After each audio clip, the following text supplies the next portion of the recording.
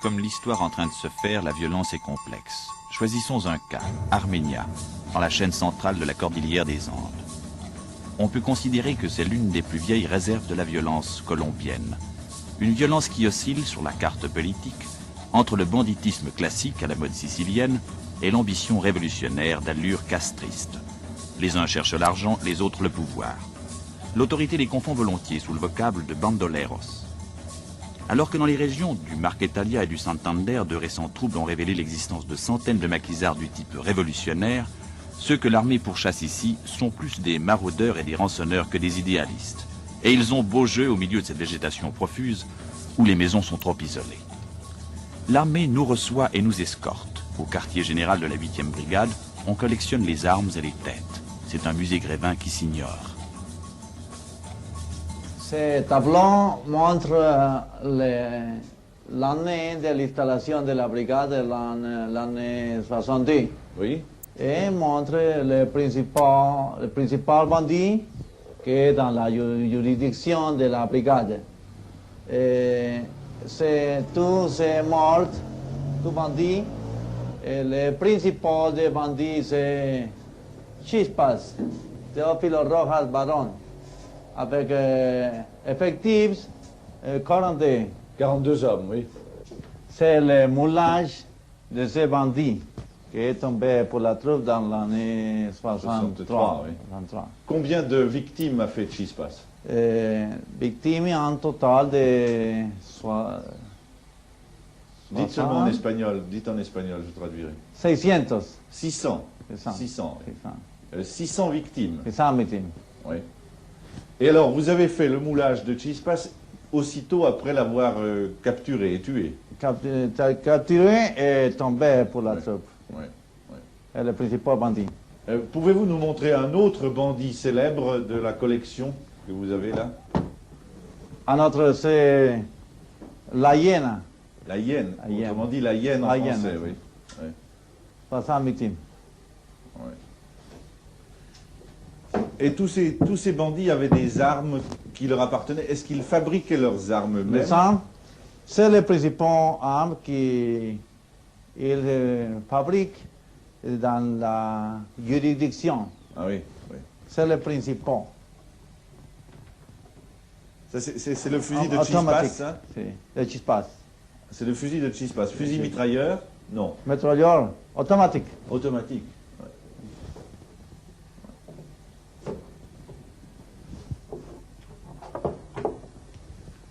Alors maintenant, il reste 2 chefs dans la région. 2 chefs de la région. Vous espérez arriver à les capturer prochainement? Nous espérons tomber avec la troupe en petit temps. Ah oui. Et après, après, après, ce sera fini. Et après, la paix est purement rétablie. À ces tableaux de chasse, la 8e brigade ajoute en toute sérénité de funèbres statistiques. Elle a dénombré 369 morts, dont 93 bandits pour les 10 premiers mois de 1964. En janvier 1965, les comptables de la brigade ont déjà additionné 24 morts, dont 10 bandits. Les cadavres ne perdent pas leur couleur politique, puisque parmi ces 10 bandits, on a enregistré 2 conservateurs et 4 libéraux. Un visage, autant dire une cible mouvante parmi tant d'autres. L'affiche est désormais classée. El Evangelico a été tué le jour de notre arrivée. Conservateurs ou libéraux, tous ils portent pour l'anthologie l'étiquette d'antisociaux. Capitaine, cet album recueille, je crois, des photos de la plupart des bandits de la région. Oui, justement, c'était les bandes qui avaient, avant de venir ici, la 8e brigade. Ceux-ci, par exemple, qui ont l'air très pittoresques, existent encore aujourd'hui? Ils sont presque tous tués. Vous voyez, tous ces gars-là qui sont avec un numéro, ils ont été tués déjà. Essayons de continuer un peu. Ça, ce sont des cartes d'identité qu'ils se sont fait eux-mêmes ou bien ce sont des cartes... Non, ce sont des cartes d'identité qui ont été... établies par les autorités? Oui, par les autorités, oui, c'est ça, justement. Là, je vois une lettre. Qu'est-ce que dit cette lettre? Vous voyez, c'est une lettre qui a été envoyée par un chef des bandits, Conrado Salazar, à un fermier, en lui demandant de l'argent. Vous voyez ici, il lui demande 500 pesos, ou bien une vache Ah bon, 500 pesos, oui, une vache, oui. Est-ce qu'il y a des lettres dans lesquelles on trouve des affirmations politiques? Oh, jamais, pas en ce moment, on ne trouve pas des histoires politiques là-dessus, seulement c'est de l'extorsion, si vous voulez, n'est-ce pas? Oui, il y a des visions d'horreur par là, Oui, évidemment. Oui. Celui-là, il était Chispas, Théophile Rojas, alias Chispas, n'est-ce pas? Il a été terrible, il a eu plus de 600 morts Sur la par conscience. lui-même, oui. Voilà. Je vois là une femme qui tient une mitraillette. Est-ce à dire que les bandoleros sont avec eux des femmes aussi? Oui, presque en toutes les bandes, il y a au moins 2 ou 3 femmes. Alors, les femmes aussi, elles ont des armes. Elles font des services assez bien, quoi. Oui. Ceux-ci, par exemple, qui sont bien organisés, ont des casques, des vestons militaires et des fusils. Ils sont en escouade. Vous pensez que ces gens-là ont récupéré ces uniformes sur le dos de l'armée ou bien? Quelques vêtements ont été récupérés sur des morts de l'armée, n'est-ce pas? Mais des autres, elles ont été confectionnées par eux-mêmes. 502, 502 de 501, 502 de 501. La 8e brigade est équipée en phonies et en morse. Elle demeure en liaison constante avec le gouvernement de Bogota. Toutes les fermes isolées entourant Arménia sont reliées au poste central de la brigade. À la moindre menace, le téléphone sonne, le planton qui est de garde jour et nuit donne l'alerte et une opération peut se déclencher. Les mailles du filet se resserrent ainsi depuis 3 ans sur les bandits. Il faut que la chasse soit conduite scientifiquement pour que le gibier diminue. C'est la première fois peut-être que l'autorité gouvernementale pénètre réellement jusqu'au fond de cette sorte de brousse pour y imposer la loi. On ne parle d'ailleurs pas de secteur, mais bien de juridiction pour définir le territoire que contrôle une brigade. Le terrain très accidenté et la richesse de la végétation tropicale favorisent l'embuscade. Il y a eu une embuscade ici, dans cet endroit. Il paraît que c'est justement Chispas qui a fait cette embuscade. Il y a justement 7 morts. Du côté militaire. Du côté militaire, oui. Et il y a un lieutenant qui a été blessé et 3 officiers qui ont été blessés et 7 soldats qui ont été morts. Comment ça s'est passé? C'était de nuit ou de jour? C'était jour, justement. De jour? Oui, de jour. Il faut beaucoup de culot pour faire ça de jour. Mais ils étaient bien installés. Hein. Et on l'a poursuivi après? On l'a poursuivi, mais vous savez, dans cette coin-ci, dans cette région-ci, c'était le refuge, si vous voulez. On cachait à Chispas. On l'aimait bien, la population, oui. La population, La population civile, oui. Ouais.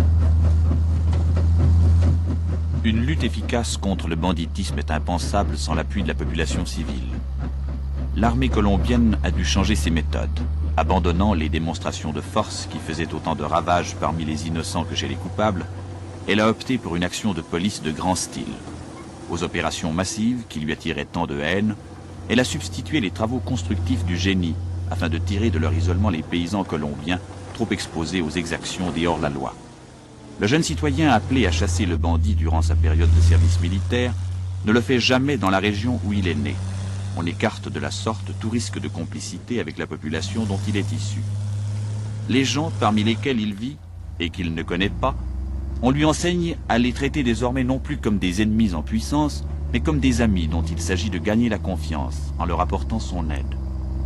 La mauvaise réputation que la troupe s'était acquise auprès des paysans ne peut se dissiper qu'à ce prix. À aucun instant la vigilance ne doit se relâcher. La tactique, elle aussi, s'est adaptée au style de l'ennemi. La région du Quindio, que couvre avec ses 5000 hommes la 8e brigade, représente une superficie de 12 655 km², soit un peu plus que l'ensemble de la Suisse romande, le Jura y compris. Près d'1 500 000 habitants vivent enfouis dans ce décor tropical où poussent la banane et le café. Pour tenir ce territoire, la troupe doit être extrêmement mobile. Plus d'artillerie lourde, ni de tanks, ni même d'avions à réaction, mais des hélicoptères et un armement léger pour s'adapter à la guérilla. Les troupes héliportées sont engagées actuellement dans le sud et dans l'est, où les troubles politiques sont graves.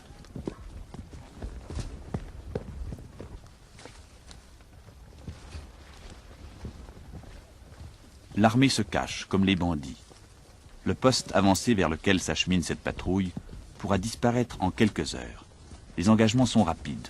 Pendant que nous étions là-bas, en une semaine, 15 bandits ont été tués.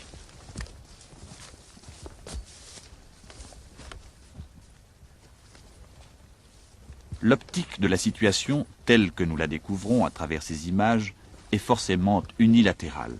Mais c'est tout de même la première fois qu'une caméra pénètre aussi intimement le problème. Il est impossible d'être dans les deux camps à la fois.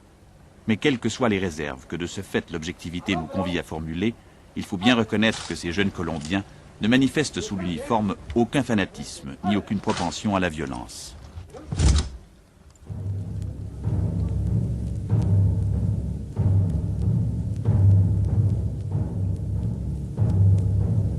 L'armée colombienne, qui affirme d'ailleurs sa neutralité politique, se contente ici de restituer au gouvernement des territoires que la clandestinité et l'aventure disputent depuis toujours à son pouvoir. Elle ne cherche pas la guerre, mais la pacification. Le bandit, il faut le désarmer dans l'enfant, en lui donnant le goût de l'ordre et de l'hygiène.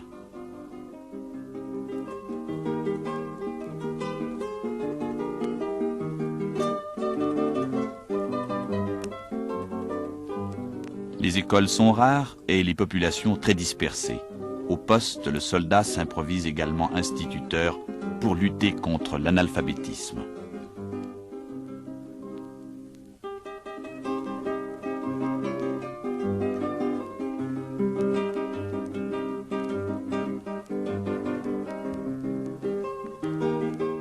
Autre élément de l'action psychologique, la visite des familles dans les exploitations. Il s'agit de voir les gens, de leur parler, de leur offrir un transport, s'ils ont des kilomètres à parcourir avec de lourdes charges. Il faut s'intéresser à leur travail, à leur vie. La région de Quindío vit principalement du café, dont elle assure le 15% de la production nationale, soit 1 1000 000 sacs de café par an, un sac pesant 70 kilos. Le séchage des grains est une opération délicate qui requiert des installations assez coûteuses.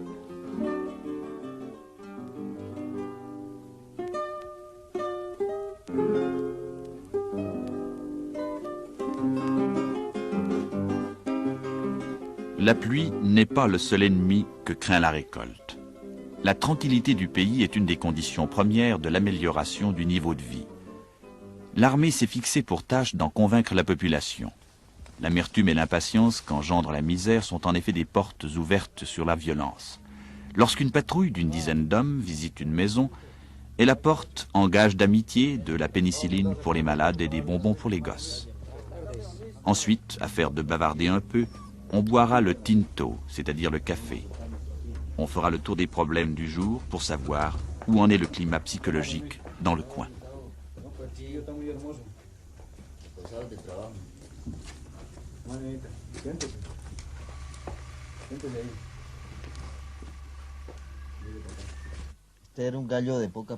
Pour les enfants, on laissera des livres dont les images racontent l'histoire de certains coqs qui, à force de voler le grain de leurs voisins, finissent par se faire arracher toutes leurs plumes. Il n'y a que dans les pays de bandits que les histoires de bandits se racontent sur le ton de la fable. Se preocupaba por sus hermanos y ayudaba a su madre a conseguir lombrices y otros animaluchos para su sustento. En cierta ocasión se acercó a un charco de agua a cazar una lombriz y se dijo, ajá, si ya soy un gallo de verdad, ya tengo cresta alta, espuelas largas y afiladas.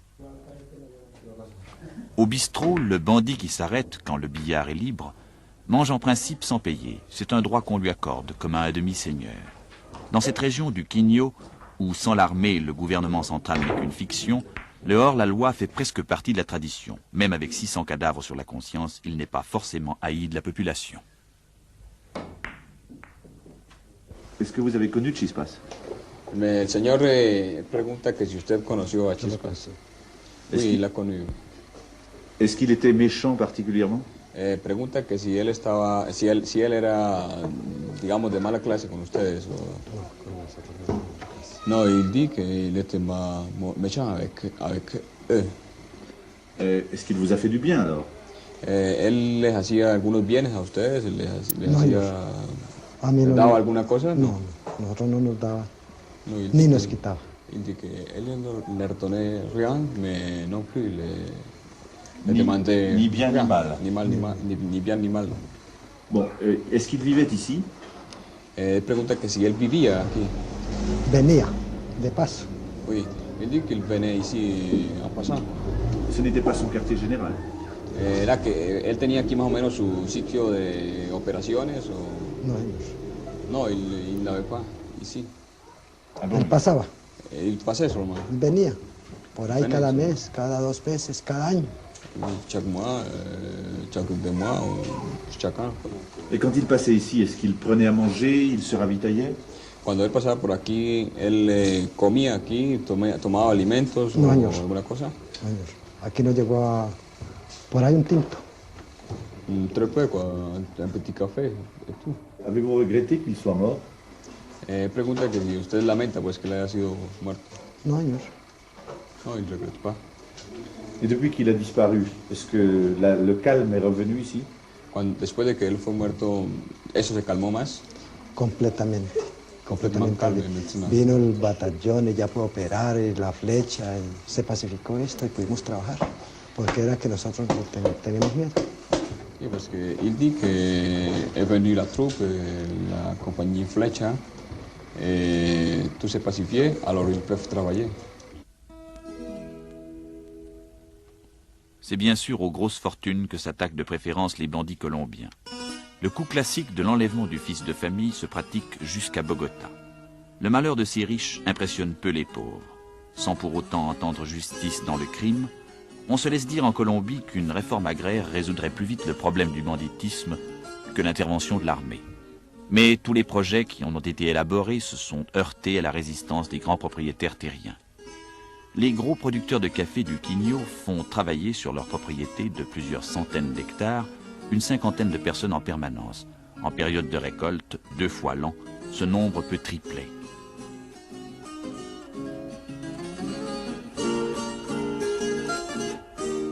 C'est le moment que choisit le maître des lieux, qui réside de préférence en ville, pour apparaître sur ces terres dont il confie la gestion à un majordome.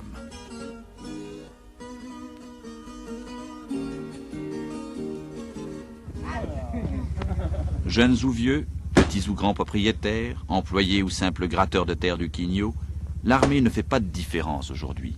Elle tente de protéger tout le monde et surtout d'élever le niveau des plus petits. Dans cette partie de pétanque à la colombienne, il s'agit de bien viser pour que la pierre tombe sur un pétard.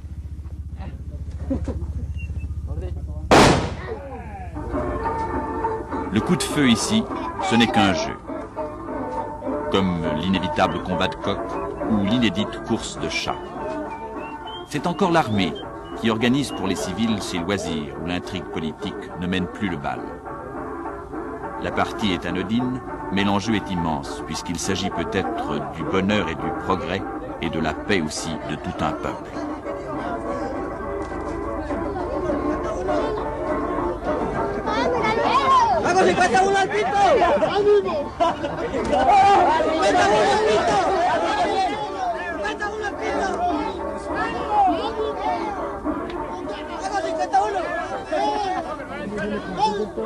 Una, dos, tres.